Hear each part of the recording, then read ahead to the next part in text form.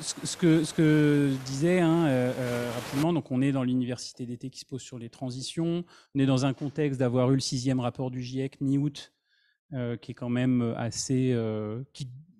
l'impact des activités humaines, on parle de ça dans le rapport du GIEC, devient indiscutable, peut-être pour encore quelques climato-réalistes, j'ai appris ce nouveau terme à l'été, c'est-à-dire qu'on ne parle plus de climato-sceptiques, mais de climato-réalistes, bon, s'ils veulent.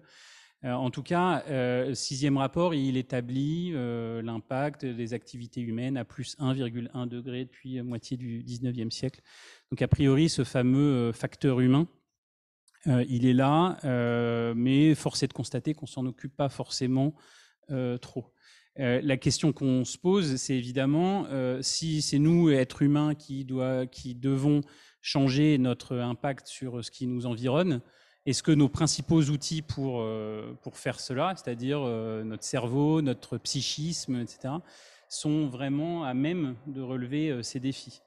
Et puis aussi, la question qu'on se pose, c'est est-ce que s'il y a on va dire début de prise de conscience de l'impact de l'humain sur l'environnement, est-ce qu'il y a début de prise de conscience de l'impact des crises environnementales sur l'humain?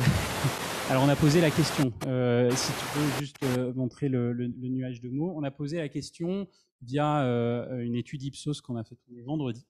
On a posé la question clairement, en question ouverte, quels sont les liens que vous percevez entre la crise écologique et votre santé?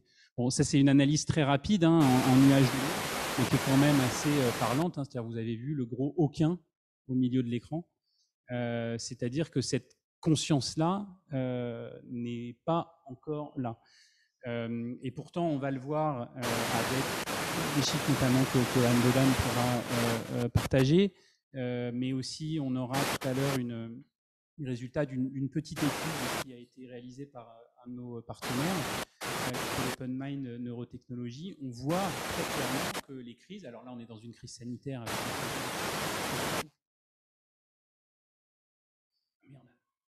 on voit que les crises ont réellement des impacts sur nos capacités cognitives, notre santé mentale, etc., etc.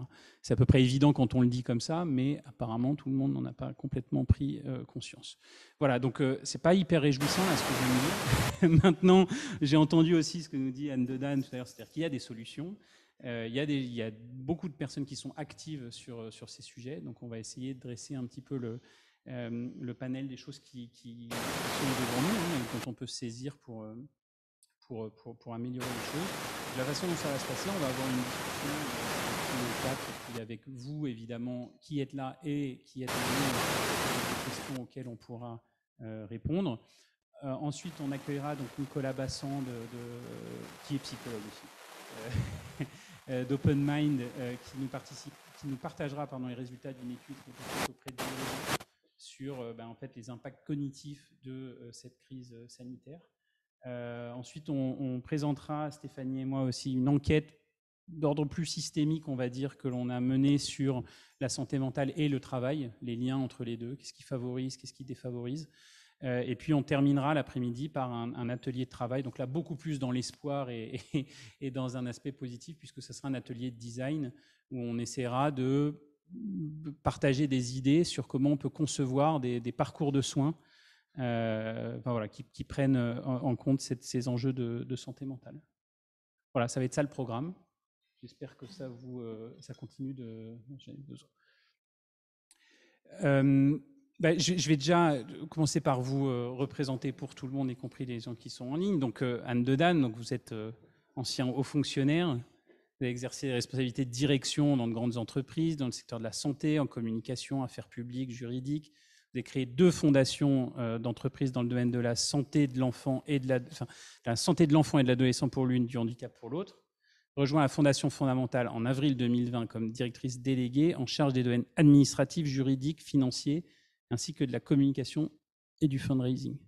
Je vous promets que j'avais essayé de la faire de tête, mais je n'ai pas réussi. Caroline Delannoy, psychologue, coach certifié HEC pour les exécutifs et organisations, passionnée par la construction des synergies possibles et de réseaux collaboratifs. Joli programme aussi. conseiller dans le domaine de la e-santé et de la e-psycho, membre du comité médical de Doctolib, responsable de la plateforme et blog Wipsy, jusqu'ici pas d'erreur. Tu es formé à accompagner les personnes et les collectifs dans leurs objectifs de performance et d'épanouissement, et à ce titre, tu as fondé Care Labs, notamment pour les startups et les entrepreneurs, qui est soutenu par l'incubateur en e-santé, le bloc Cluster d'Amiens, c'est ça? Stéphanie de Chalvron, j'adore faire ça en fait, je ferai ça toute l'après-midi.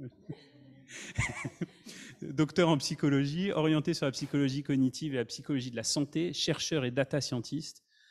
Et donc, après un parcours universitaire en tant qu'enseignante et ingénieure de recherche, tu es actuellement data scientist au sein d'Human Matter, on est très chanceux. Elle s'intéresse plus particulièrement à certains modèles mathématiques adaptés aux problématiques d'ordre psychologique, tels que les modèles transactionnels du stress, de la résistance au changement, et tout ce qui est lié à la prise de décision dans les secteurs de la santé et de l'éducation. Bon, on s'arrête là alors. Non, donc mes premières questions pour vous, j'ai la même question pour vous trois, c'est en fait, question simple, basique pour commencer, c'est quels sont les liens entre santé mentale et changement de comportement? Puisque si on dit que pour faire face aux transitions, il faut changer de comportement, c'est quoi les liens entre notre santé mentale et nos comportements, et plus particulièrement le changement de comportement, l'évolution de comportement? Moi, je peux commencer. On ne change pas si on n'est pas bien dans sa tête et si on n'est pas bien dans sa peau. Et les deux, et ma voisine ne me contredira probablement pas, sont extrêmement liés. Donc, on n'est pas capable d'accepter des changements, de les gérer, de les réussir, si on n'est pas équilibré. Et cet équilibre, il est double, il est évidemment physique et mental. Et le lien est absolument évident. En l'occurrence, je répète, mais il n'y a pas de santé sans santé mentale. Et on ne change pas en bon état si on n'a pas cette double compétence.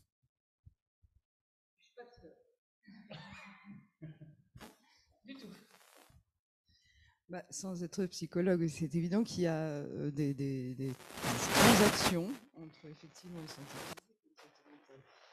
Au-delà de ça, il y a aussi tout ce qui est, il y a plusieurs sphères, la sphère émotionnelle, la sphère physique bien entendu qui doit aller bien, la sphère cognitive, puisque c'est celle qui va nous pousser à agir. C'est pas que elle, c'est évidemment nos émotions, nos envies, nos motivations, mais c'est aussi cette sphère cognitive raisonnement qui va nous pousser.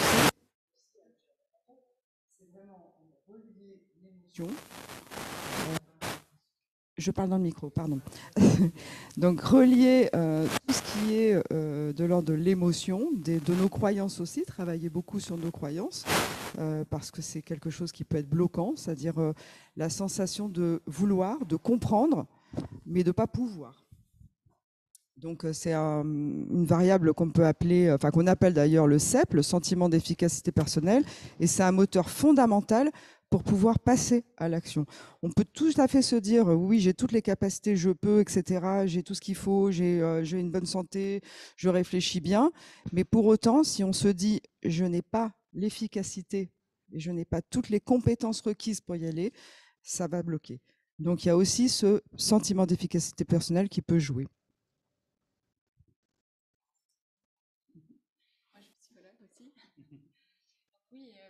C'est la base de tout, hein. C'est-à-dire que, nous, on a l'habitude de dire en fait chez Care Labs que, à l'heure actuelle, on parle beaucoup de sortir de sa zone de confiance, de sa zone de confort, en fait, de pouvoir aller au-delà pour pouvoir se transformer, innover, changer.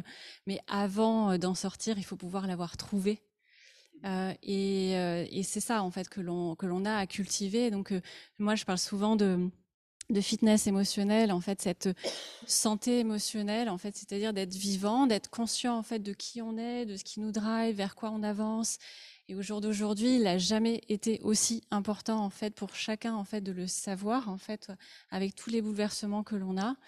Et il est certain, en fait, que nous sommes notre corps, c'est nous. Nos émotions, en fait, interviennent, en fait, dans chacune de nos prises de décision, en fait. Donc, au mieux on en a conscience, au mieux en fait on peut savoir en fait ce qui vient nous bousculer et peut-être nous pouvons aussi voir comment on peut contribuer, comprendre les uns et les autres.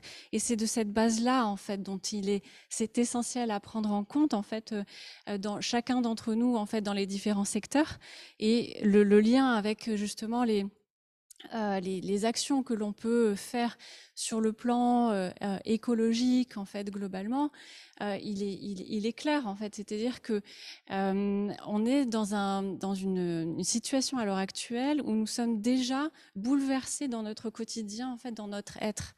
Donc si on doit encore plus faire un grand pas en avant sur quelque chose d'autant plus global, eh bien, au plus nous et nos proches, nous sommes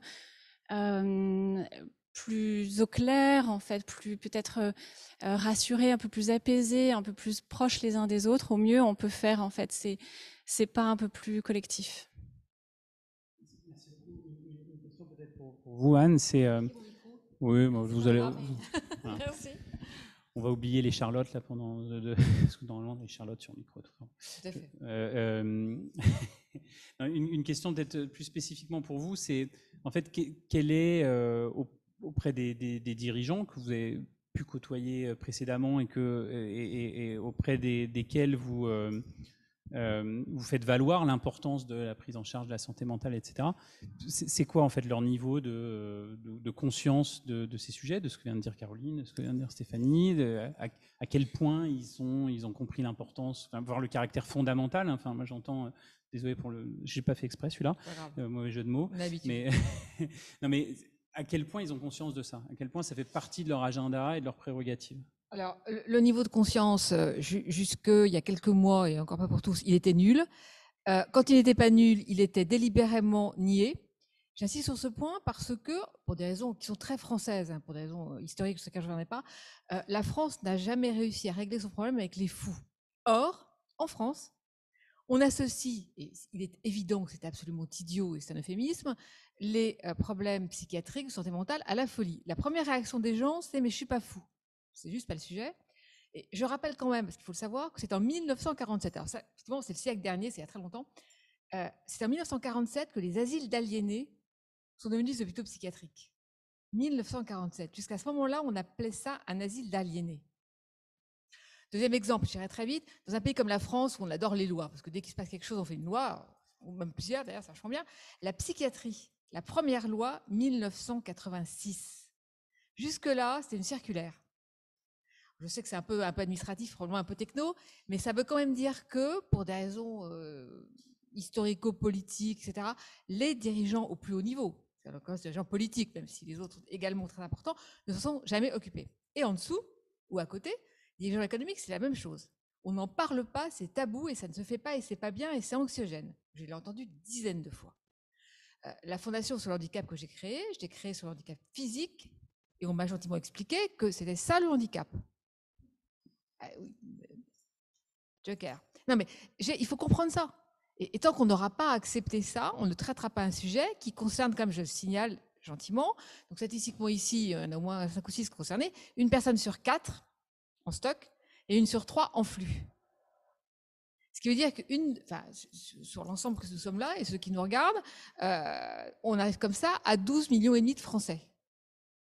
Sur ces gens-là, il y en a effectivement qui ont des maladies psychiatriques dites sévères, la schizophrénie, le trouble bipolaire, l'autisme et la dépression résistante, mais il y en a beaucoup qui ont des maladies qui sont extrêmement invalidantes pour eux, très difficiles pour les proches, également, si on veut être un peu sordide, très coûteuses pour la société, et dont personne ne s'occupe. Donc, nous, à Fondamental, on essaye d'expliquer qu'il n'y a aucune raison, notamment aucune raison parce qu'il y a des thérapeutiques, parce qu'il y a des prises en charge, parce qu'il y a des détections, pour qu'on continue à mettre sous le tapis quelque chose qui concerne autant de monde et qui est quand même juste le premier poste de dépense de l'assurance maladie, là aussi c'est pas très sexy mais c'est quand même comme ça, et qui coûte, chiffre 2009, 109 milliards d'euros de coûts directs et indirects, et les chiffres que nous dévoilerons dans 15 jours sont nettement plus importants. Trouvez l'erreur. Je peux peut-être je rajouterais ce que vous venez de dire, l'usage très français des psychotropes. pour masquer tous les troubles psychologiques. Donc on peut faire une distinction quand même entre des troubles psychologiques comme le stress, l'anxiété, tant que c'est pas une anxiété pathologique majeure, et effectivement des pathologies psychiatriques. L'autisme étant plutôt une pathologie neurologique psychiatrique. Mais enfin, en tous les cas, ce sont des pathologies très invalidantes, ce qui ne veut pas dire que des pathologies psychologiques telles que, effectivement, le stress, les anxiétés majeures qui en peuvent empêcher de travailler ne sont pas aussi totalement invalidantes. Et aujourd'hui, ces pathologies-là, elles sont essentiellement soignées, je dirais, à 90 ou 95% à coup de psychotropes. Et c'est vraiment typiquement français, ça aussi. Ce n'est pas le cas dans d'autres pays. On est les rois du monde de la prescription d'antidépresseurs et psychotropes. Et aussi un autre petit chiffre, depuis mai 2020, plus 25% de consommation d'antidépresseurs et de psychotropes. Là aussi, c'est-à-dire qu'en l'occurrence, on ne soigne pas, on met un couvercle sur la marmite en espérant qu'elle ne va pas bouillir. Elle bout, et quand elle bout vraiment très très fort, on a des dégâts considérables, et pas seulement dans la cuisine. Peut-être oui, une question pour Caroline. Du coup, c'est donc certains dirigeants, voire équipes que tu accompagnes, il y a un déclic qui s'est passé, il y a, je sais pas, il y a des drames, qu'est-ce qui fait qu'il y a un passage aux soins, j'ai envie de dire, pas à l'action, mais aux soins de la santé mentale. Qu'est-ce qui fait? Merci Alexandre pour cette question. Moi, j'ai une vision un peu plus nuancée. En fait, les lignes bougent à l'heure actuelle, en fait, et heureusement.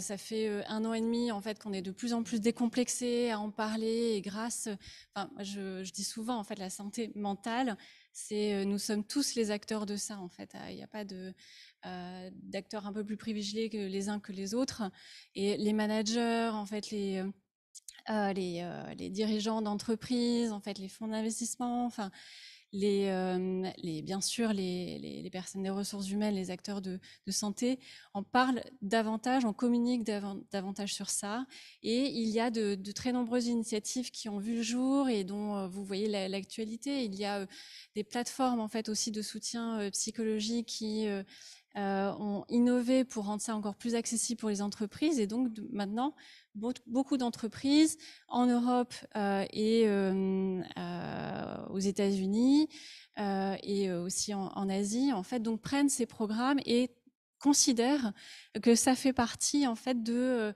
leur devoir en fait de proposer à leurs collaborateurs cet espace-là, de leur dire par ce message-là que il faut qu'ils prennent soin d'eux pour eux-mêmes déjà, pour ensuite en fait continuer à faire ce qu'ils ont à faire dans leur vie, à travailler.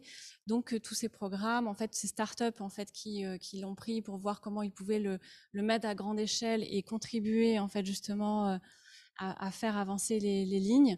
Donc il y a en fait encore plus à faire en fait pour faire des ponts entre toutes les ressources en fait qu'il y a au jour d'aujourd'hui et tous les professionnels qui sont ici en fait avec leurs différents rôles, et en est le reflet, toutes les ressources en fait, et jusqu'où nous en sommes en 2021, et ce que les entreprises en fait, ce que le grand public a comme connaissance, et elle est minime par rapport à tout ce que l'on sait faire aujourd'hui. Il y a un énorme gap entre je pense que beaucoup ont en tête en fait les conséquences que ça les troubles en fait que l'on peut avoir, les difficultés que l'on peut avoir, soit par rapport au travail, soit par rapport à sa vie, mais peu en fait connaissent encore en fait toutes les techniques, les approches, etc.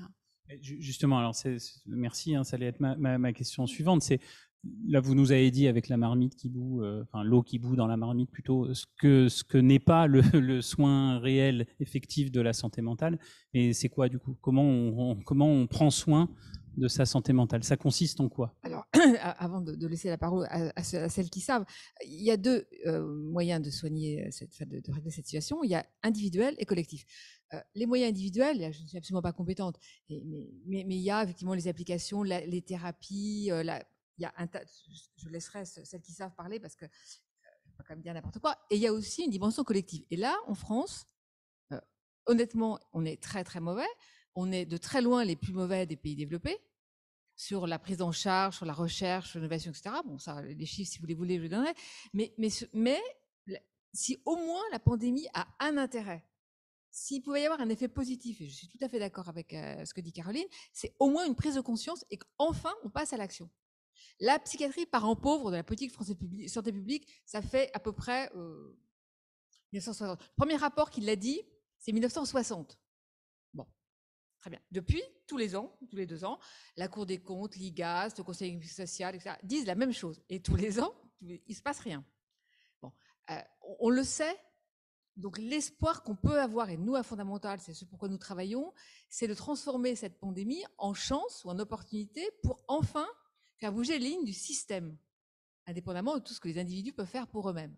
C'est ce qu'on essaie de faire, je ne vous cacherai pas que c'est extrêmement compliqué, mais quand on arrive à des chiffres tels que ceux que j'ai rappelés tout à l'heure, on se dit que quand même il y a un sujet, la recherche médicale en psychiatrie, 2 à 4% du budget total, pour une pathologie qui est la première maladie chronique en France et qui fait en gros 20% des dépenses de l'assurance maladie. Or, on sait que les euros investis en recherche et innovation psychiatrique sont extrêmement rentables. Donc voilà, le constat, j'ai rien de plus à dire, il est fait. Et je suis complètement d'accord avec vous, c'est le moment de transformer cette saleté de pandémie en opportunité pour qu'enfin il y ait prise de conscience, une espèce de coming out, et qu'après on passe à l'action. Vous pouvez croire. On est là pour ça. Ouais. Stéphanie, peut-être en retour sur la question de, en fait, voilà, comment on prend soin. Alors, aussi bien d'un point de vue individuel que collectif. Anne, je pense, parlait des aspects aussi organisationnels, des systèmes de soins, de financement, etc. Mais voilà, aussi bien au niveau individuel, collectif, peut-être en commençant d'aller petit à petit dans le contexte professionnel, enfin, ou dans le contexte du travail. Voilà, ça veut dire quoi prendre soin de sa santé mentale ? C'est vrai que c'est une question relativement complexe. Tout à l'heure, je parlais de 3 sphères. Je vais en rajouter. Donc, j'ai parlé de la sphère cognitive, la sphère émotionnelle, évidemment la sphère physique. Il y en a une 4e qui est très importante, qui est la sphère sociale. Et il est évident que pendant la pandémie, qu'on vient tous de connaître et qui a aussi qui s'est traînée en longueur, cette sphère a été quand même très très mise en danger. Alors ici, je vais vous parler d'une différence qui est assez essentielle entre une interaction et une transaction. Une interaction, vous prenez par exemple Monsieur Jaune rencontre Monsieur Bleu, momentanément ils sont verts. Et puis quand ils se séparent, chacun, l'un redevient jaune et l'autre devient bleu. Mais dans la transaction, et ce qu'on vit quotidiennement, normalement, ce qu'on est censé en tous les cas vivre quotidiennement, eh bien les deux repartent verts. C'est-à-dire que la transaction, c'est je modifie mon environnement autant qu'il me modifie en permanence. Et c'est un des fondements essentiels pour pouvoir continuer à réfléchir, à faire marcher sa tête, que ce soit au niveau de l'ensemble des fonctions exécutives, de notre mémoire, de tout ce que vous voulez. C'est vraiment la base. Que ce soit aussi sur le plan sportif ou l'entretien de son corps, parce que vous avez tous, on en a aussi beaucoup parlé, cette histoire de confinement. Ça n'a pas été très, très glorieux en ce qui concerne notre santé physique. Beaucoup se sont laissés aller avec les troubles alimentaires qui ont pu aussi faire suivre suite à ça. Et donc, cette transaction qui est, je dirais peut-être la substance scientifique moelle de l'humain, d'une certaine manière, on l'a perdue pendant le confinement. Et c'est en ça que quelque part, cette pandémie, c'est pas une maladie comme les autres. C'est une maladie comme les autres au sens de, oui, elle fait des morts, elle fait des gens qui ne vont pas bien, qui sont malades, mais c'est la première fois au niveau mondial qu'on connaît un tel confinement. Ce confinement-là, d'autres l'ont connu ou le connaissent encore dans d'autres types de pathologies, comme des cancers. C'est des gens qui se retrouvent quasiment du jour au lendemain coupés de leur environnement habituel, de leur travail, de leurs amis, de tout ce que vous voulez. Et là, on a connu ça à grande échelle. Et ça, c'est la première fois. Et c'est pour ça que ce n'est pas du tout une pathologie comme les autres. Et elle nous apprend beaucoup, justement, sur en quoi cette transaction sociale qui nous aide au quotidien, quand on l'a plus, qu'est-ce qui se passe? Et je pense que vous avez tous pu constater qu'effectivement, ça a aussi des effets délétères sur notre façon de réfléchir, sur notre mémoire, sur notre façon de se nourrir, notre façon de nous entretenir corporellement, nos relations aussi humaines, avec des gens qui pouvaient devenir soit accepter tout par juste avoir un contact social par pitié, ou au contraire, devenir peut-être un peu irascible aussi, parce que plus habitués à communiquer. Donc cette ce transfert-là, il est essentiel. Donc, prendre soin de soi dans la santé mentale au travail, c'est tout ça. C'est à la fois savoir que le cognitif, il nous sert au quotidien. Donc, évidemment, si vous avez des baisses de mémoire, des baisses d'attention ou des problématiques de concentration, que ce soit pathologique ou non, il faut quand même faire quelque chose. Donc, si effectivement, tous les outils de remédiation cognitive sont quand même très, très intéressants à ce moment-là. Bien sûr que le physique, entretenir son corps, éviter d'avoir des comportements de santé, en tous les cas délétères, c'est essentiel. L'émotionnel, ça, je pense que dans les entreprises, de plus en plus, c'est pris en compte. Effectivement, savoir gérer ses émotions, les partager, les dire. Mais les transactions sociales, c'est encore le grand oublié aujourd'hui. Et s'il y a bien un domaine sur lequel on doit mettre la pression, s'il y a bien un domaine, oui, en plus il y a du bruit au-dessus, on doit vraiment accentuer, c'est vraiment là-dessus. C'est se dire comment remettre cette transaction sociale, c'est-à-dire cette faculté à modifier mon environnement et à faire en sorte que cet environnement me modifie, dans le bon sens bien entendu. Voilà. D'une certaine manière, s'ouvrir aux autres, c'est une façon de prendre soin de soi. Absolument. Comment, alors, parce que là, on s'en remet, on fait beaucoup référence à la pandémie, au confinement, qui est un événement effectivement extrême d'un point de vue social, au-delà du point de vue sanitaire. Dans des contextes, on va dire, plus normaux, comment est-ce qu'on peut détecter qu'il y a des choses qui se passent vis-à-vis de notre santé mentale, et notamment vis-à-vis pour commencer cette partie de la discussion, justement au niveau de ces fameuses transactions sociales que tu viens de mentionner. Comment est-ce qu'on détecte, je ne sais pas, qu'on ne voit pas assez de gens et qu'on n'a pas assez de transactions? Voilà, si j'essaie de résumer simplement. Comment je fais pour savoir que je n'ai pas assez de transactions? Je pense qu'il y a quand on bien avant d'aller très mal, c'est-à-dire bien avant de se dire j'ai un risque dépressif majeur, il faut que j'aille voir un médecin, etc. Il y a déjà des signaux avant-coureurs. C'est-à-dire quand on commence à prendre les gens un peu pour des numéros, c'est-à-dire finalement ne plus trop s'intéresser à ce qu'ils disent. C'est une des dimensions du burn-out d'ailleurs, c'est la dépersonnalisation. C'est de se dire que finalement,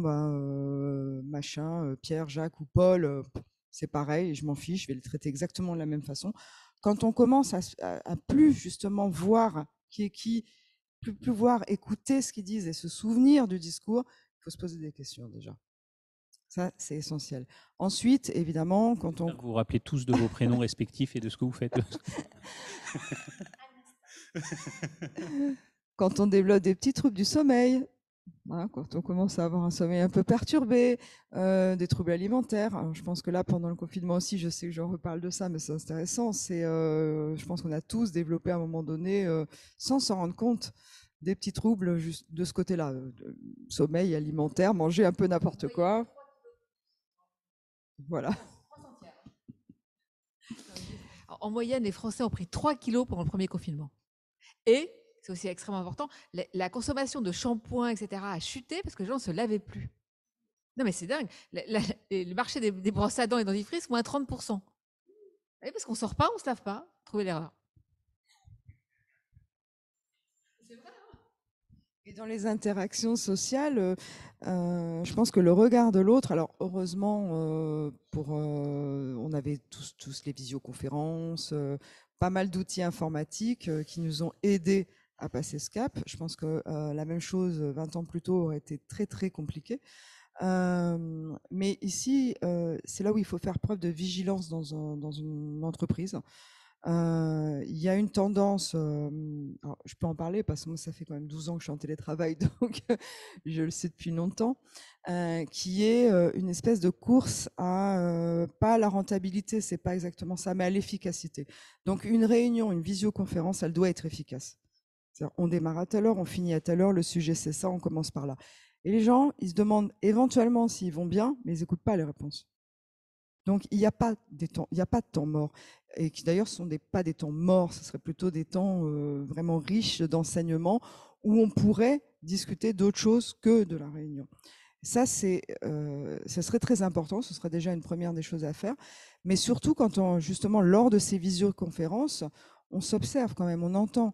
Et des gens qui parlent moins, ou qui ont l'air plus crispés, ou qui ont des difficultés aussi, ah j'ai oublié, j'ai pas dû noter, ou qui commencent à avoir des petits troubles cognitifs qu'on peut tous observer si on se regardait un peu plus, si les gens faisaient un petit peu plus attention à leurs voisins, y compris avec des gens avec qui avant, ils bossaient quotidiennement tous les jours. Ils continuent à le faire, mais à distance. Peut-être qu'on serait déjà aussi peut-être plus alerte sur les difficultés que rencontre une personne ou une autre, et être à même de lui dire fais attention.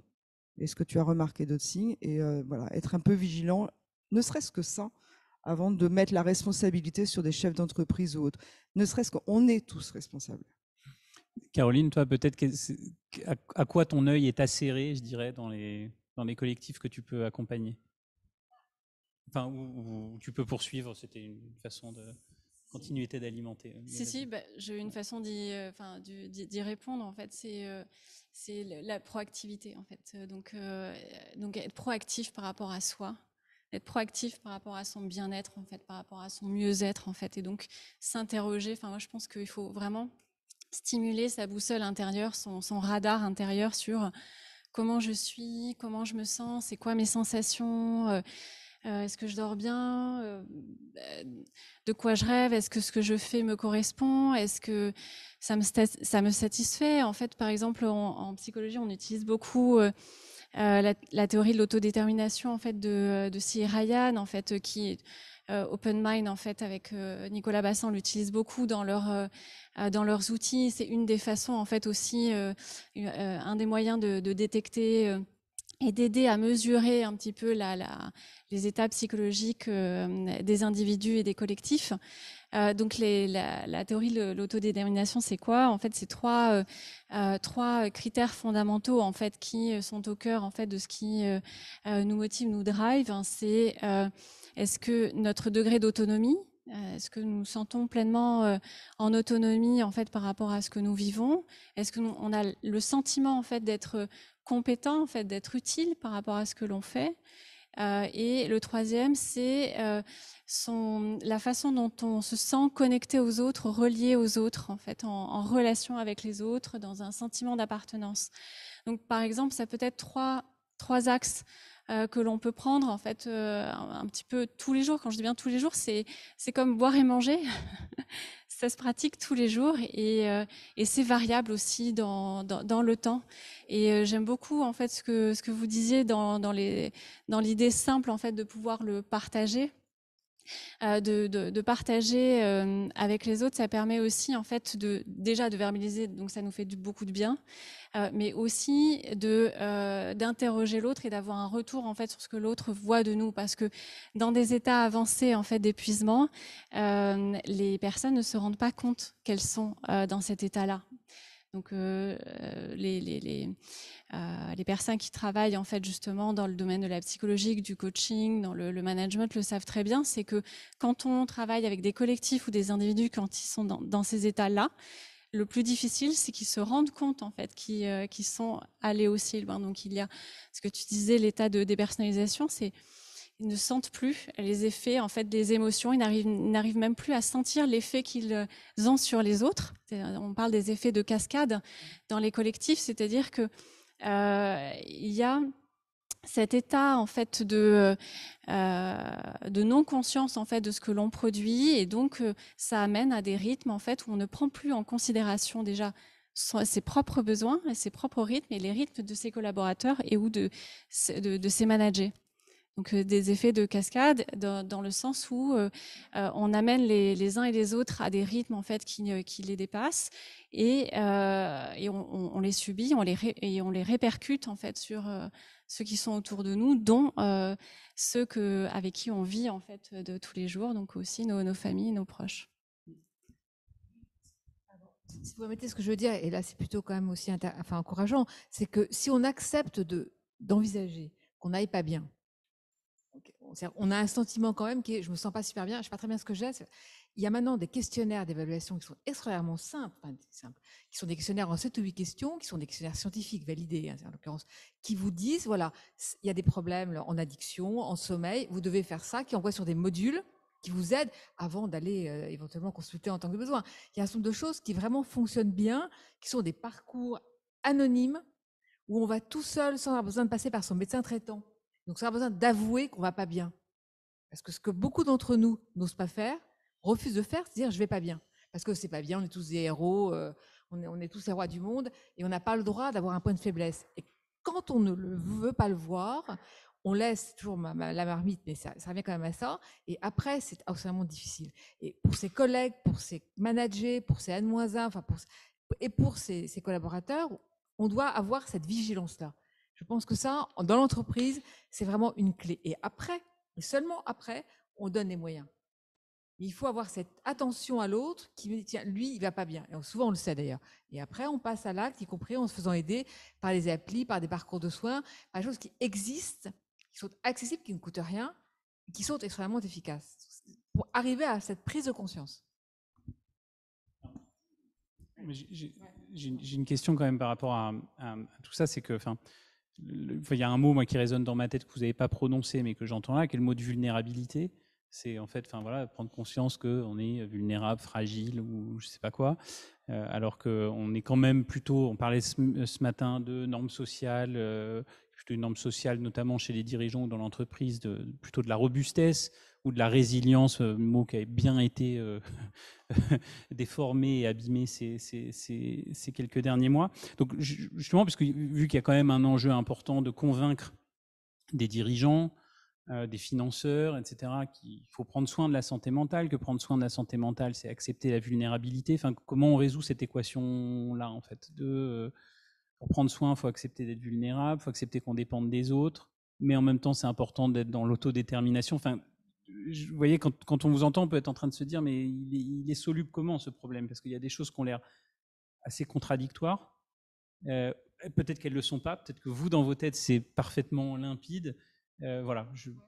C'est très vrai. Et justement, moi, comment je perçois la vulnérabilité, comment on peut l'aborder, je le vois plutôt en fait comme la capacité en fait d'introspection, la capacité en fait de réceptivité intérieure et extérieure. En fait, la capacité à voir le réel de qui on est, ce que l'on vit et de qui il y a autour de nous à un instant T. Et donc, à l'heure actuelle, la demande, elle est beaucoup au niveau des collectifs de pouvoir aller plus vite, plus loin, plus agile, plus performant, et c'est tout à fait légitime. On plus a adaptable. Envie, voilà. Et moi, ce que je dis souvent, c'est que la performance, en fait, c'est comme la musique. C'est pas quelque chose en fait qui monte comme ça en ligne droite. En fait, c'est quelque chose qui est mouvant, qui a des hauts et des bas et des rythmes qui est plus lent, plus rapide, en fait, plus saccadé. En fait, et nous sommes en fait dans ces rythmes-là, en fait, dans ces musiques-là. En fait, et la vulnérabilité, en fait, quand on dit cela, en fait, on dit que, on ne peut pas être au top tout le temps. Et il faut pouvoir en fait entendre, en 2021, il faut pouvoir entendre cette réalité.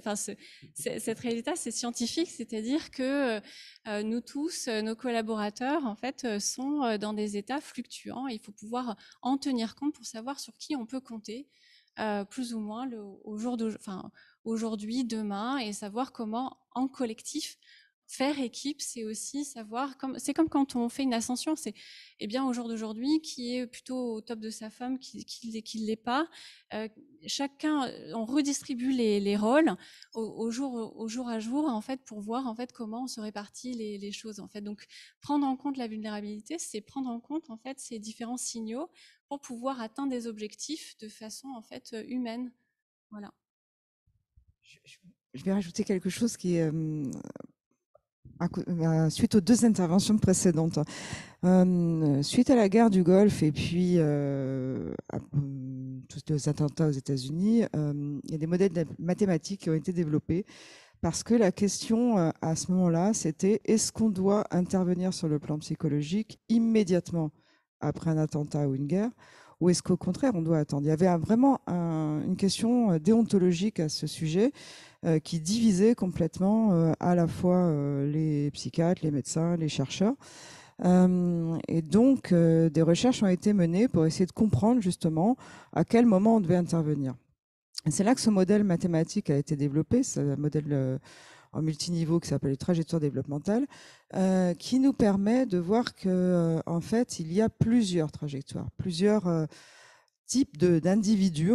J'aime pas trop parler de ça, ça met un peu les gens dans les cases, mais malheureusement, dans une entreprise, il n'y a quand même pas trop le choix que d'essayer de créer des groupes, en tous les cas, de coller le plus possible à l'individu sans faire forcément de l'individuel. Ça reste une entreprise, elle ne peut pas tellement faire mieux, c'est déjà pas mal. Mais donc, dans cette recherche-là, ils ont trouvé que certaines personnes présentaient, suite à l'attentat ou autre, un traumatisme immédiat, c'est-à-dire vraiment une violence psychologique importante, et avaient du mal à s'en remettre, ça durait dans le temps. D'autres, c'était très fort sur le moment, puis ça diminuait. D'autres, zéro stress juste après l'attentat, puis ça monte, puis ça monte. D'autres, c'est des vagues comme ça. Donc ça permet de voir donc ces trajectoires-là. C'est un petit peu, si vous imaginez la courbe de développement d'un enfant poids-taille à 2 ans, vous regardez sa taille à 2 ans, vous savez combien il fera à 18 ans. Donc ce modèle mathématique, il nous permet de savoir pour tel ou tel groupe d'individus, donc ceux qui ont ce stress-là ou celui-là, comment ils vont se développer si on ne fait rien. Donc ça nous permet aussi de savoir à quel moment on doit agir. Ceux chez qui, effectivement, peut-être un autodiagnostic, effectivement, passer des tests en ligne, ce sera plutôt quelque chose de positif parce que ça va leur permettre de se rendre compte et puis éventuellement de se faire suivre. Chez ceux chez qui ce sera très délétère. C'est-à-dire au contraire, ça va leur faire très très peur et tout ce qu'ils vont faire, c'est le déni, surtout non, ça n'existe pas et je vais en mettre une couche, etc., etc. Donc ces outils mathématiques, ils sont vraiment, c'est un bon support pour continuer la recherche sur les interventions en entreprise, c'est-à-dire essayer de comprendre un petit peu, c'est un mot qu'on n'aime pas trop en ce moment, mais des clusters d'individus et pouvoir expliquer ces clusters. C'est-à-dire pourquoi un individu il est dans ce groupe-là plutôt que dans un autre groupe. Et ici, on a des variables évidemment liées à la personnalité. Il y a des gens plus optimistes que d'autres, d'autres qui sont au contraire, qui ont ce qu'on appelle des tendances à la dépression, des tendances à l'anxiété. Ça ne veut pas dire qu'ils sont dépressifs, ça veut dire simplement que ils préfèrent voir le monde en noir. C'est leur personnalité, c'est comme ça. On a toutes les variables qui vont modérer, augmenter, diminuer, qui vont médiatiser aussi le rapport après à soit un bien-être et une meilleure qualité de vie, soit à l'inversement des pathologies très importantes. Et donc la recherche avance de ce côté-là, beaucoup. Nous aussi, on travaille dessus chez Humans Matter pour essayer justement de pouvoir donner les outils, non pas à un groupe global, là je reparlais des trajectoires d'enfants, mais à différents groupes un peu plus personnalisés, sans aller directement sur l'individu, parce que là on sort de la sphère professionnelle au sens entreprise, et on rentre sur un autre terrain qui est plus celui de la prise en charge psychologique ou médicale, et je ne pense pas que ce soit non plus le rôle d'une entreprise. Si vous permettez juste en complément ce qui a été dit, c'est que c'est quand même extrêmement optimiste, parce que ça veut dire qu'il y a des moyens. Il y a une chose qui s'appelle la psychiatrie de précision, qui est l'introduction en psychiatrie, comme ça a été fait en oncologie, comme ça a été fait, de techniques personnalisées. C'est-à-dire, en l'occurrence, on n'est pas tous pareils, on ne réagit pas tous de la même façon, et que la science, et la science est très importante, comme vous venez de l'indiquer, puisse nous aider à régler ces problèmes, c'est quand même une extraordinaire, enfin, c'est très positif. Alors, dans la catastrophe, on dit, ok, mais c'est quand même extrêmement intéressant de savoir que la science nous aide comme ça. Et tout ceci me paraît être une source d'espoir. Mais ça suppose également que l'on accepte donc de s'y intéresser, d'en faire un sujet qui ne soit pas forcément celui de tous ceux qu'on ne veut pas voir ailleurs sur les sujets nobles, et surtout qu'il y ait après des décisions. Parce que la science, pour la science, je suis navrée, mais ça n'a absolument aucun intérêt. Et c'est là où on a beaucoup de difficultés. Et c'est là où on a tous besoin qu'il y ait une puissance collective pour que la psychiatrie, la santé mentale devienne une cause. C'est pour passer des incantations ou ça serait bien si, on fait maintenant. Et c'est tout l'enjeu de cette pandémie, parce que sinon, et là je ne vais pas être très optimiste, vous pouvez m'excuser, En gros, en France, entre les premiers symptômes, c'est 12-25 ans. Bon. Et un bon diagnostic, il se passe 15 ans. Ce 15 ans s'appelle de l'errance thérapeutique. Pendant ce temps-là, il se passe tout ou rien. Et au bout, quand vous êtes récupéré au bout de 40-45 ans, si vous êtes en général assez cassé, très abîmé, vous n'avez pas été inséré professionnellement, vous n'avez pas de famille, de toute façon, donc vous êtes un candidat naturel à l'incapacité invalidité en assurance. Première cause d'incapacité acquise. Tout ceci fait que il n'est pas acceptable qu'avec tous les moyens qui sont développés, qu'ils soient médicamenteux, thérapeutiques, scientifiques, etc., on ne fasse pas cet effort collectif pour sortir des gens qui, en plus, perdent 15 ans d'espérance de vie par rapport à la moyenne. Bon, là non plus, c'est pas très sympa. Je suis désolée, c'est comme ça. Et ça, c'est pas admissible collectivement. Et en France, là-dessus, on n'a pas voulu voir. Enfin, bon, on fait de bon. C'est vraiment la révolte qui est la nôtre. Elle est d'abord guidée par le fait qu'il y a des moyens scientifiques, thérapeutiques, techniques, industriels, d'aider les gens à ne pas tomber dans ces 15 ans d'errance, ces 14 ans d'espérance de vie moyenne. Et pour reprendre un petit peu ce que disait Stéphanie, la première cause de mortalité des malades psychiatriques, ce n'est pas leur maladie mentale, c'est cardiovasculaire, parce qu'on ne les soigne pas. Et parce que le somatique et le psychologique, le psychiatrique, comme vous l'avez dit, sont évidemment intimement liés, et parce que les maladies psychiatriques sont des maladies comme les autres. Le jour où enfin, collectivement, on aura admis ça, on ira tous beaucoup mieux. Peut-être merci Anne, parce que vous avez amorcé la transition vers ce que sont les solutions, en fait, vers ce qu'on a entre les mains, collectivement, j'entends évidemment, et dont on doit, a priori, se saisir pour prendre la mesure de cet enjeu. Et donc, peut-être, moi, j'aimerais bien avoir tu l'as mentionné, Caroline, donc j'aimerais bien avoir votre regard à tous les trois sur, finalement, tout un tas d'applications qui se développent autour de la santé mentale. Enfin, il y a même eu, pour ceux qui suivent un petit peu le monde des startups dans la santé, une énorme annonce la semaine dernière avec l'acquisition de Ginger par Headspace. Donc, c'est une boîte valorisée à 3 milliards de dollars dans les applications digitales pour la santé mentale. Voilà, quel est votre regard en fait sur ces choses-là? Est-ce qu'il y a un avis à avoir sur ces choses-là? Est-ce que ce n'est que positif parce que ça fait progresser la prise en charge, ou est-ce qu'il y a des limites? Est-ce que, voilà, je sais pas si Caroline, tu veux, ou pas, je sais pas, ou c'est peut-être une mauvaise question, j'en sais rien. Mais... Non, très bien. Non, mais tout ça, c'est très heureux. En fait, après, ce qui est important, c'est que chaque entité, chaque personne, chaque collectif voit quelle peut être sa solution, qu'est-ce qui leur corresponde. Donc, il y a effectivement ces ressources. Donc, il y a le mode application, il y a le mode, en fait, je vais rencontrer un spécialiste, en fait, pour moi, où les entreprises font venir des équipes, qui soient des coachs d'organisation, qui soient des formateurs, en fait, ou alors ces nouvelles propositions en fait que sont ces startups dans la santé mentale, qui font intervenir des plateformes qui sont des hommes et des femmes spécialisés, etc. Donc il y a différents formats, et ce qui est intéressant, alors nous avec Care Labs, en fait, on a 3 piliers. Par exemple, j'en parle comme ça pour donc c'est que chaque entité puisse se dire de qui on est et de quoi on a besoin, de quoi nos collaborateurs, nous, on a besoin en fait pour avancer, en fait, comment on le considère, en fait. Donc à ce moment-là, on choisit son format. Et selon en fait le niveau ou les besoins, on peut faire appel plutôt à une jeune équipe en fait de française de venir et de développer certains sujets en fait en mode atelier, workshop, etc. Et pour d'autres, ça va être en fait effectivement d'actionner un programme en fait de santé mentale où chacun l'utilise de façon confidentielle, par exemple. Donc ça, c'est pour Care Labs, en fait, c'est le They Care. En fait, donc c'est ces acteurs clés en fait d'une entité qui s'interrogent et qui se dit ok, de quoi on a besoin en fait pour justement faire avancer, faire bouger ces lignes, en fait, faire en sorte en fait que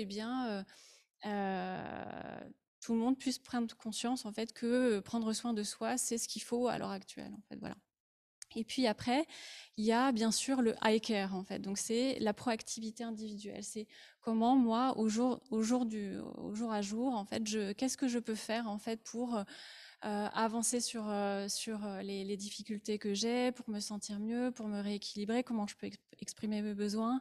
Donc de quoi j'ai besoin en fait, et là effectivement on voit toutes ces offres en fait, et il y a aussi en fait le fait de suivre des programmes online qui est intéressant, suivre en fait aussi des influenceurs en fait qui parlent de ça. Donc il n'y a pas forcément que la tech. Il y a aussi les bonnes vieilles méthodes qui sont aussi les spécialistes en libéral, et que l'on peut consulter juste une fois ou deux ou trois. En fait, ça peut être aussi de façon ponctuelle pour une aide à la prise de décision, pour faire un petit check-up. Et puis, donc, sur ces 3 piliers dont je parlais, le they care, donc they care for me, le I care for myself, il y a le we care. Et tout ça, en fait, c'est collectivement de pouvoir en parler et de voir, et donc c'est des petites actions simples en fait, mais qui sont facilement ingérables. C'est commencer une réunion en disant comment ça va, voilà, comment ça va, et puis d'interagir et se dire les choses en fait. Et il y a à ce moment-là peut-être un peu plus des postures un petit peu clés. En fait, c'est sûr que les managers, les personnes dans les ressources humaines, quand elles repèrent que quelqu'un en fait ne va pas bien et part en fait pour un arrêt de travail en fait dû à un épuisement, etc. C'est peut-être d'être proactif pour dire tu sais, en fait, ça se fait pas tout seul. En fait, tu mérites en fait à pouvoir avoir un accompagnement, avoir un allié avec toi, avoir un partenaire autour de ça. Donc trouve ton format en fait. Et ça, ce sont des petites actions en fait, mais qui sont incroyablement efficaces en fait. Donc le fait le we care en fait, le fait de pouvoir dans ces petites interactions en fait du quotidien du travail, mettre cette réceptivité là, et aussi parler de ce que l'on vit en fait pour sortir l'autre de la culpabilité ou de la honte, parce qu'on est à l'heure actuelle en fait dans une culture de performance en fait, et que faire un arrêt ou se sentir un petit peu plus ralenti, c'est pas ok. Ça c'est une action intéressante. Ce que j'entends quand même dans ta réponse, c'est la démarche personnelle en fait. Enfin, c'est-à-dire que je faisais référence à ces applications parce qu'on en a beaucoup parlé. Il y a eu des levées de fonds importantes. Voilà, on parle de Ginger, il y a Thiel qui a fait beaucoup parler d'eux aussi à un moment. En fait, on a l'impression que c'est le nouvel outil magique qui va pouvoir être mis à disposition des collaborateurs par les DRH, et puis du coup c'est bon. Voilà. Mais ce que j'entends, c'est l'importance de la démarche personnelle, enfin ce côté autodétermination qui a été mentionné avant, pour que ces choses-là aient aussi un réel effet. Donc, est-ce que vous pouvez nous donner aussi des pistes sur comment chacun de nous, on peut, en conscience et en confiance, et se saisir de notre santé mentale, sans se dire qu'on est fou. Enfin, est-ce qu'il y a des pistes, des choses vraiment très, très concrètes, très pratiques, qui nous permettent de passer le pas sans se juger? Voilà. Je pense qu'un des premiers éléments, ça passe aussi par la connaissance. Dans ce que vient de dire Anna, c'est ça, hein, Anne, pardon, Anne, désolée. En parlant de psychiatrie, c'est vrai que les diagnostics psychiatriques sont parfois très difficiles à poser. Faire la distinction entre bipolarité ou une dépression majeure, croyez-moi, c'est pas si évident que ça. Et en entreprise ou pour nous-mêmes, c'est exactement la même chose. C'est très difficile de savoir est-ce que c'est un simple épuisement professionnel, est-ce que c'est un burn-out. C'est pareil, c'est pas toujours simple. Donc déjà, commencer par de la connaissance, c'est-à-dire parler de ça autrement que de façon très sombre et en faire les gros titres des journaux, le burn-out, maladie du siècle, etc., etc. Non, peut-être dédramatiser, mais donner les bonnes informations. Ça, c'est à mon sens déjà très très important. Et la seconde, c'est effectivement quel que soit l'outil au final. Que ce soit une application, que ce soit un bon vieux site web pour passer un test, que ce soit le psy ou peu importe, c'est on en revient toujours à cette histoire de transaction. C'est arriver à faire une transaction aussi avec soi-même. Comme l'a dit, j'ai des problèmes avec des prénoms aujourd'hui, je suis désolée, avec Caroline tout à l'heure, c'est que oui, quand sur certaines pathologies, on s'en rend même plus compte. Quand on y est, et on pousse le bouchon, on pousse, parce que ça peut pas être ça, c'est momentané, ça ira mieux demain. Ça ira mieux demain. Je vais dormir cette nuit, ça ira mieux demain. Non, ça va pas beaucoup mieux demain. Donc c'est aussi de se poser cette question de quand est-ce qu'on fait une transaction avec soi-même, quand est-ce qu'on est capable de se parler à soi et d'être honnête avec soi, de dire bon, est-ce que tu fais les mêmes choses qu'avant? Est-ce que tu as toujours envie de faire autant de choses qu'avant? Est-ce que tu rigoles tous les jours? Combien de fois tu rigoles par jour? Est-ce que tu manges normalement? Est-ce que tu as envie encore? Est-ce que tu as des projets? Et qu'est-ce qui t'intéresse? C'est quand la dernière fois que tu as lu un livre avec vraiment beaucoup d'intérêt de A jusqu'à Z? C'est toutes ces petites questions-là, en fait, qu'on fait normalement quand on va très bien et qu'on oublie de se poser quand on commence à aller moins bien.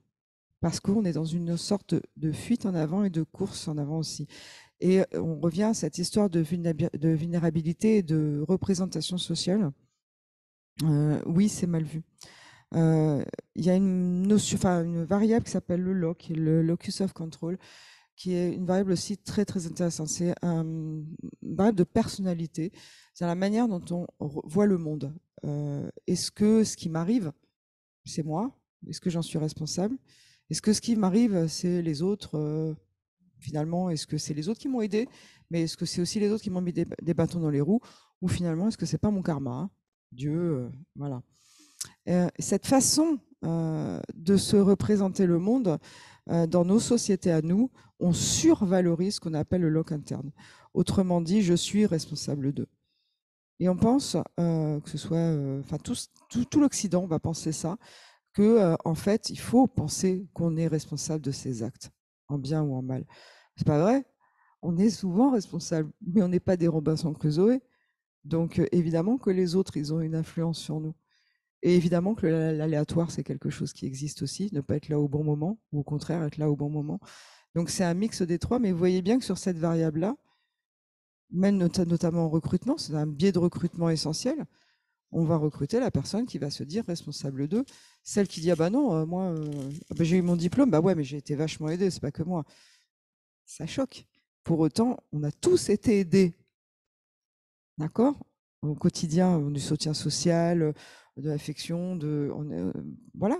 Même s'il y a des gens qui ne nous ont pas aidés, au contraire, on a de l'aide.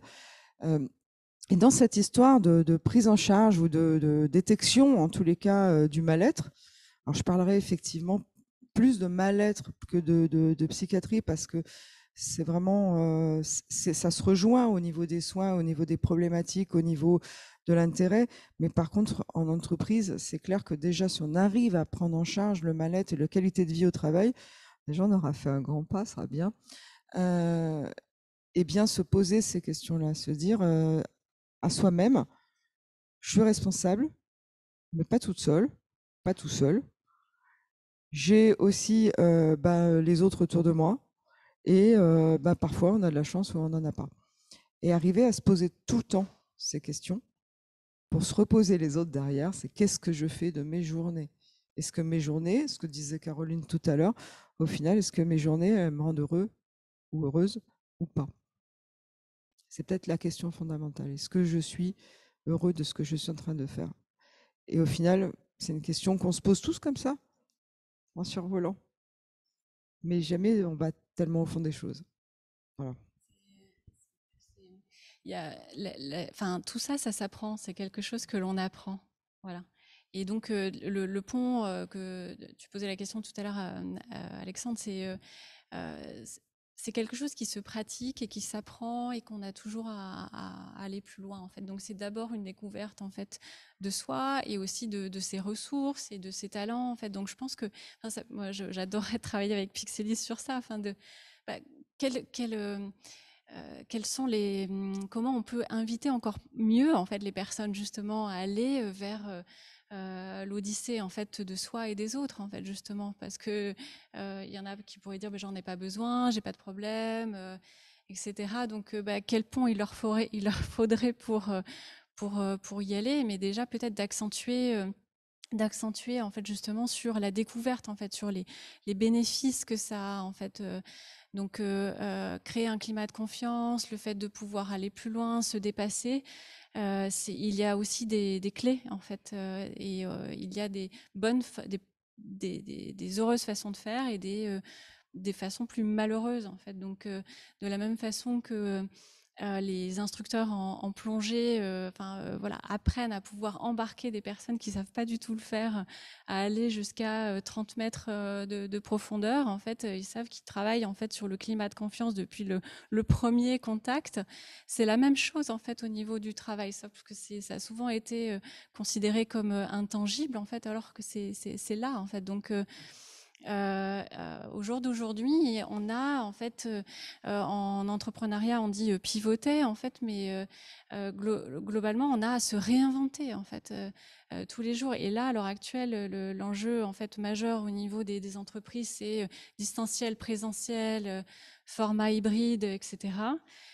C'est pas du tout simple, en fait, parce que les individus se sont ajustés, en fait, sur plusieurs fois, en fait, dans l'année, et sont sur le qui-vive, en fait, parce qu'ils ne savent pas, en fait, comment ils vont devoir encore se réadapter, en fait. Donc ces façons, en fait, d'amener les informations, d'amener, en fait, à des choix collectifs, c'est quelque chose qui s'apprend, en fait. Et donc je me souviens, en fait, donc quand je travaillais à l'hôpital, principalement en cancérologie. Je me souviens de ce professeur en cancérologie qui disait, en fait, la première porte du changement, c'est une porte qui s'ouvre vers l'intérieur. C'est une porte qui s'ouvre vers l'intérieur, puisque à ce moment-là, moi, je suis de ces professionnels qui ont travaillé à voir comment on peut faire bouger les lignes, en fait, pour que les patients, en fait, vivent de mieux en mieux, en fait, entre guillemets, leur maladie, les proches aussi. Comment on peut créer, en fait, des déclics. Pour moi, c'est la même chose, en fait, au niveau de l'entreprise, en fait. Et donc, c'est la façon, en fait, en tous les cas, en fait, dans nos équipes, en fait, de la façon dont on a fait, c'est de pouvoir créer un lien avec ceux qui pouvaient amener, en fait, ce changement-là, en fait. Donc quand les médecins allaient voir les patients pour, par exemple, parler voyaient les patients étaient pas bien, étaient en souffrance, etc., pour pouvoir amener à rencontrer le psychologue ou le psychiatre. Ce que l'on a trouvé, c'était à partir du moment où, pour les médecins et les infirmières et les auxiliaires de vie, c'était normal. En fait, c'était évident. En fait, ça faisait partie de la prise en charge, en fait, parce que ils pouvaient mieux les comprendre, en fait, et puis parce que c'était se donner des meilleures chances, en fait, parce qu'on pouvait ajuster le soin, en fait, et on pouvait être proactif pour voir quelles étaient ses ressources, comment ils pouvaient mieux avancer, etc. On a multiplié par 10, en fait, l'engagement, en fait, autour de ça, en fait. Et donc c'est quelque chose qui s'apprend, et fort heureusement, en fait, on a des spécialistes qui sont là et qui ont ces clés et qui peuvent aider, en fait, les différents acteurs à les utiliser au quotidien. Je pense que l'aide, elle est très importante, mais si on ne lève pas une barrière à l'entrée, qui est juste lever la honte, tant qu'on ne déstigmatisera pas la santé mentale, les maladies mentales, sans parler évidemment de la psychiatrie, on n'en sortira pas.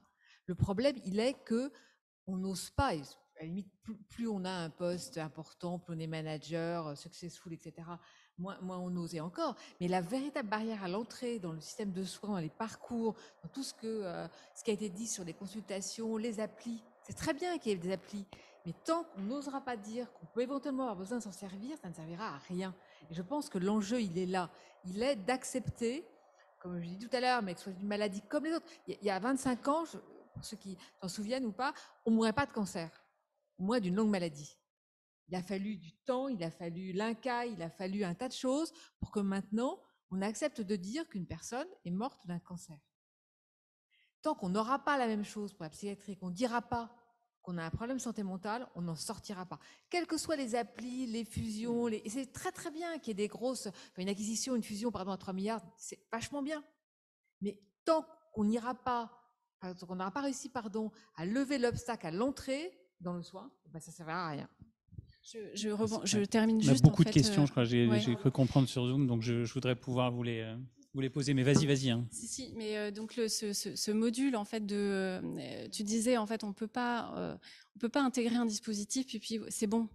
En fait, parce que chaque collectif, chaque entreprise a son âme, en fait. Et si les collaborateurs voient qu'il y a un nouveau dispositif qui est proposé parmi la liste de ce qu'ils ont, sans que ce soit amené par tous les acteurs clés, diffusé, parlé, comprendre et pourquoi, ça ne fonctionne pas, en fait, tout simplement. Donc, ce dont je parlais, c'est nous, ce que l'on appelle le they care, en fait. Donc, c'est le fait de pouvoir engager, en fait, l'entreprise dans le choix de certains dispositifs ou pas, pour qu'ils se l'approprient, en fait, et tout simplement parce que ça répond à leurs besoins, parce que c'est pour eux, pour que ça ne devienne pas quelque chose d'absurde ou de complètement décorrélé, en fait, de la politique de management.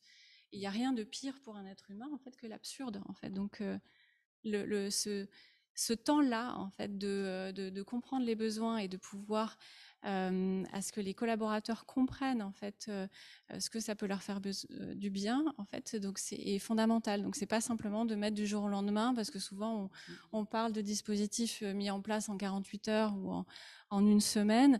Non, c'est pas synonyme, en fait, de bénéfice, en fait, ou de réussite, c'est le fait de pouvoir voir déjà en amont, d'amener le collectif au choix, de le faire participer à ce choix-là, pour qu'ils puissent comprendre, en fait, que ça s'intègre à un global et que c'est pas juste un pansement que l'on met là. Merci Alors, beaucoup. juste, On va passer aux questions. pas mal de questions en ligne avant de passer peut-être à la salle aussi qui est certainement des questions.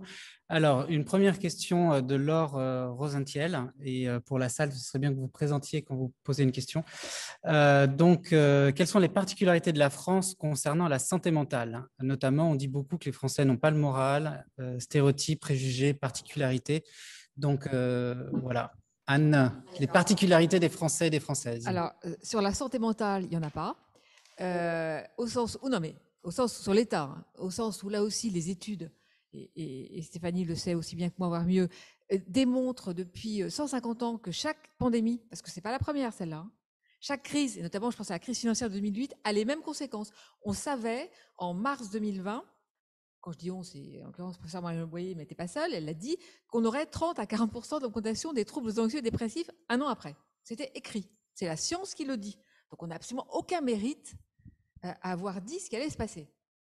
Et les Coréens qui ont eu la Covid plus tôt que nous, etc., ont exactement développé les mêmes pourcentages de troubles anxieux, de dépression, de burn-out, etc. C'est tout pareil. Donc on est les mêmes que les autres. En revanche, pour la prise en charge, là on est très très mauvais. Mais on est très mauvais pour différentes raisons. La première étant, comme je l'ai expliqué, que la psychiatrie n'a jamais historiquement n'a jamais été traitée comme objet de politique de santé publique comme elle aurait dû l'être, et que donc quand vous n'avez pas de lit, pas de soins, pas de soignants, voilà, forcément c'est la catastrophe. Enfin, ça c'est logique, hein. C'est assez simple à expliquer. Mais vraiment très clairement, les réactions des Français sur la Covid sont les mêmes que celles de leurs voisins d'à côté et pas d'à côté. C'est exactement les mêmes données partout. Après, il y a comment chaque pays a pris en considération ou pas cette situation, et comment aussi on partait de plus ou moins loin. On partait déjà, nous, en France, d'un système pourri, pour être très clair, très maltraité au sens propre du terme. Donc forcément, sur un système qui ne va pas, c'est encore plus compliqué quand vous avez un afflux de demandes. C'est aussi bête que ça. Donc c'est aussi la raison pour laquelle on est probablement, on le sait, on n'est pas bon du tout. Mais on a eu à traiter la même augmentation que tous les autres pays avec un système qui était déjà beaucoup moins bien.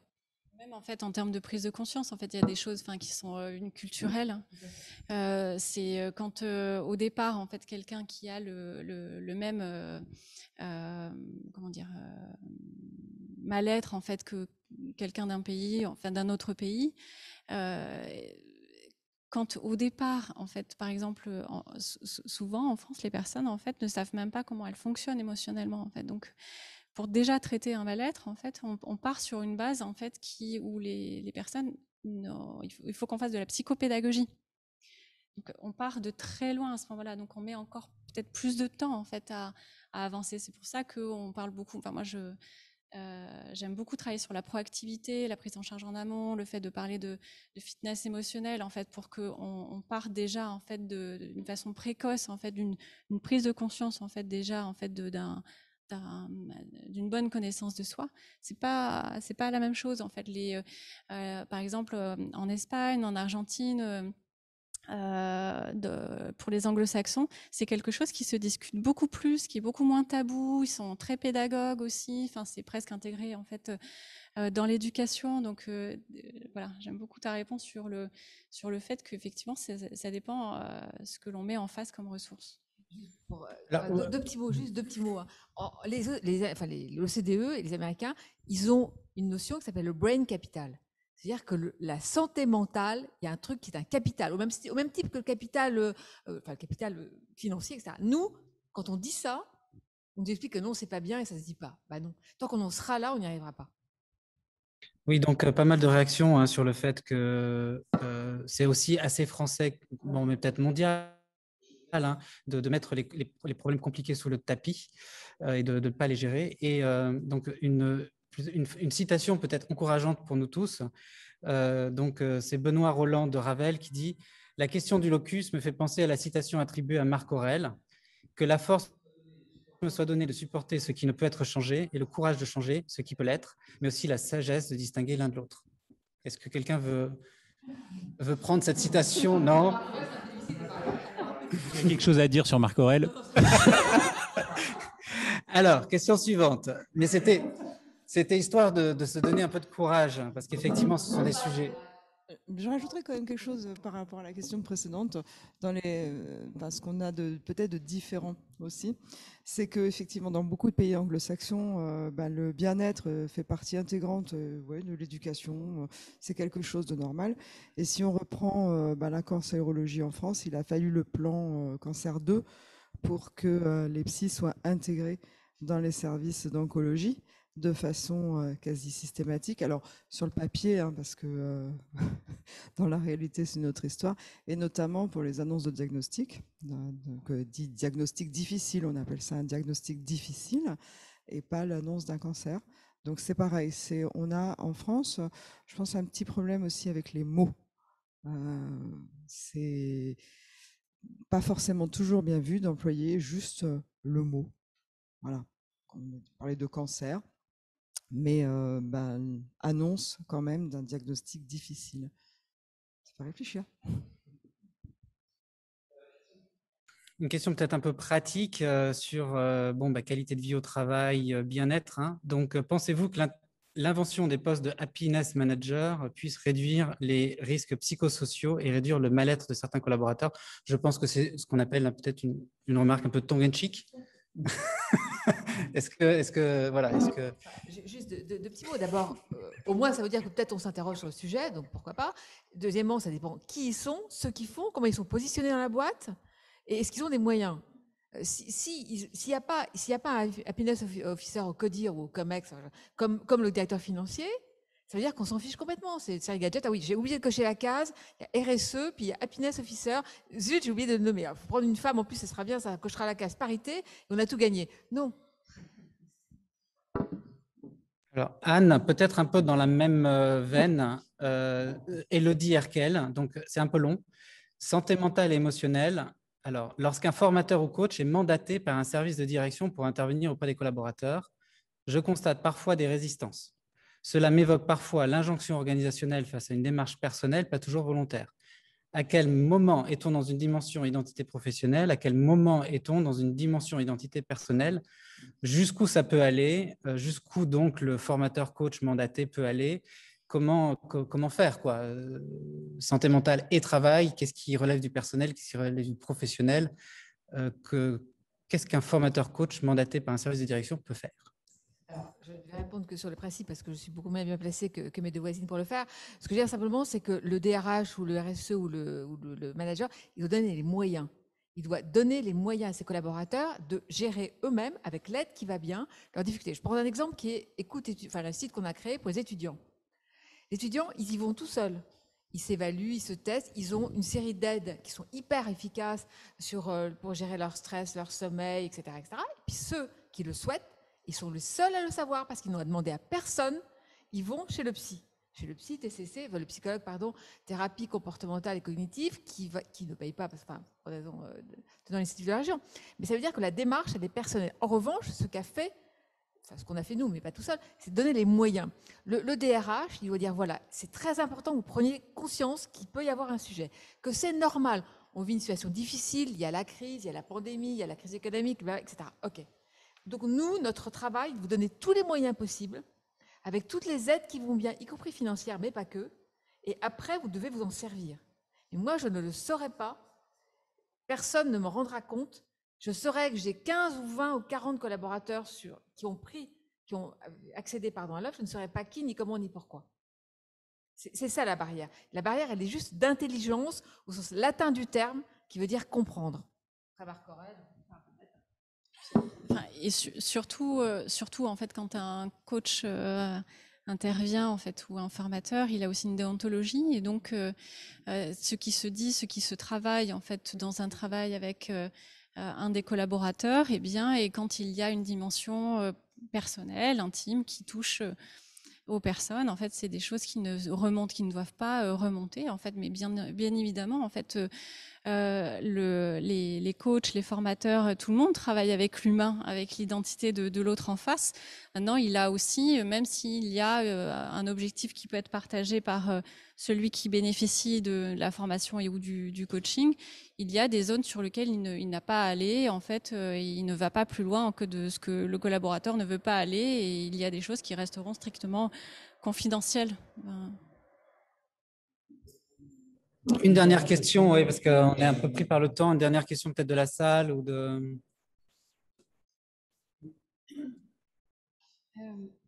Il y a quelque chose que je n'ai pas entendu dans ce que vous avez nommé, c'est se ressourcer par la nature. Moi, je fais partie de tout un environnement de tas de gens qui vont beaucoup mieux avec les 18 mois, à l'inverse des autres gens. Pourquoi ? Parce que on a su faire, parce que c'est notre métier aussi, hein, on a su faire des groupes de parole tout de suite, on a su soutenir tout ça, c'est sur le côté social, mais c'est aussi qu'on est allé là où ça peut être ressourçant, c'est-à-dire dans la nature. Et je ne l'ai pas entendu comme étant nommé. Et pour moi, je ne vois pas comment des humains qui sont qui ont causé eux-mêmes un certain nombre de causes, je ne parle pas de la pandémie, hein, mais sur les conditions de bien-traitance dans des tas de circonstances, je me dis, on n'est pas les seuls à être en capacité de nous aider, puisque précisément, on se maltraite parfois. Il y a quelque chose de beaucoup plus grand que nous, qui est la nature, et tous ceux qui ont pu ou qui ont décidé d'aller y puiser des ressources vont quand même beaucoup mieux que les autres. Amélioration cognitive et compagnie.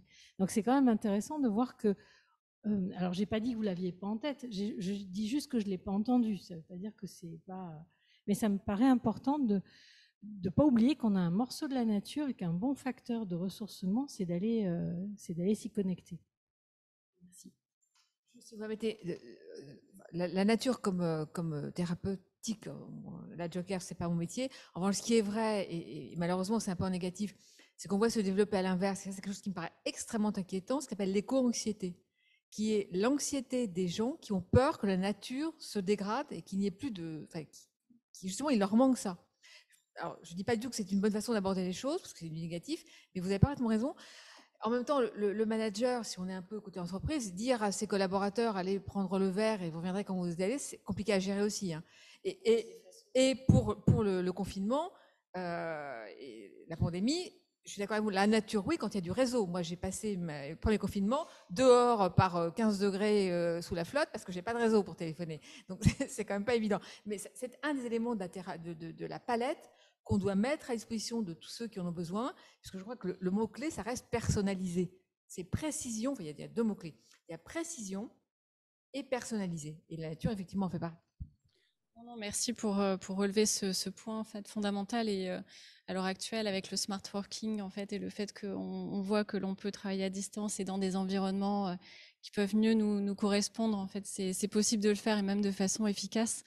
Donc, c'est le fait d'être en contact encore plus directement avec les rythmes, en fait, les rythmes du climat, en fait, de la journée. C'est quelque chose qui nous ramène, en fait, c'est la réceptivité, en fait, qui nous reconnecte à nous et aux autres, en fait. Donc, c'est bien, merci de le dire. Bon, peut-être pour conclure une question un peu pratique quand même, parce que c'est dans le chat et ça revient un petit peu. Donc, santé mentale et travail, il y a la question du développement personnel. Y a-t-il un... Voilà, est-ce que le développement personnel est une piste viable, valable?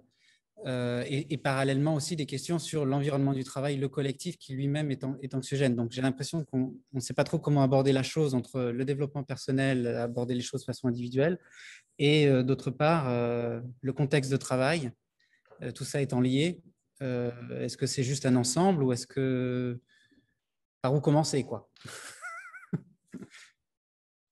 Il n'y a pas de bon ou mauvais commencement, d'une certaine manière. Si on reprend les choses, ne serait-ce qu'il y a une trentaine d'années, peut-être même 20, en fait, les coachs en France, si on était psy, mon Dieu, un coach, c'était la chasse aux sorcières, hein.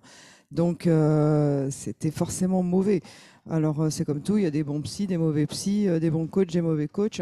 C'est exactement le même principe sur comment mettre en place des systèmes efficaces en entreprise sur tout ce qui concerne la santé mentale au travail. Il y a des aspects qui vont correspondre à une entreprise parce qu'elle fonctionne de cette manière-là, d'autres à une autre parce qu'elle fonctionne d'une autre manière. Idem sur toutes les thérapies, que ce soit reconnexion à la nature, la TCC, tout ce qu'on veut. Il y en a beaucoup, beaucoup. Il faut essayer de trouver celle qui nous correspond le mieux et dans l'entreprise, celle qui peut correspondre le mieux au groupe.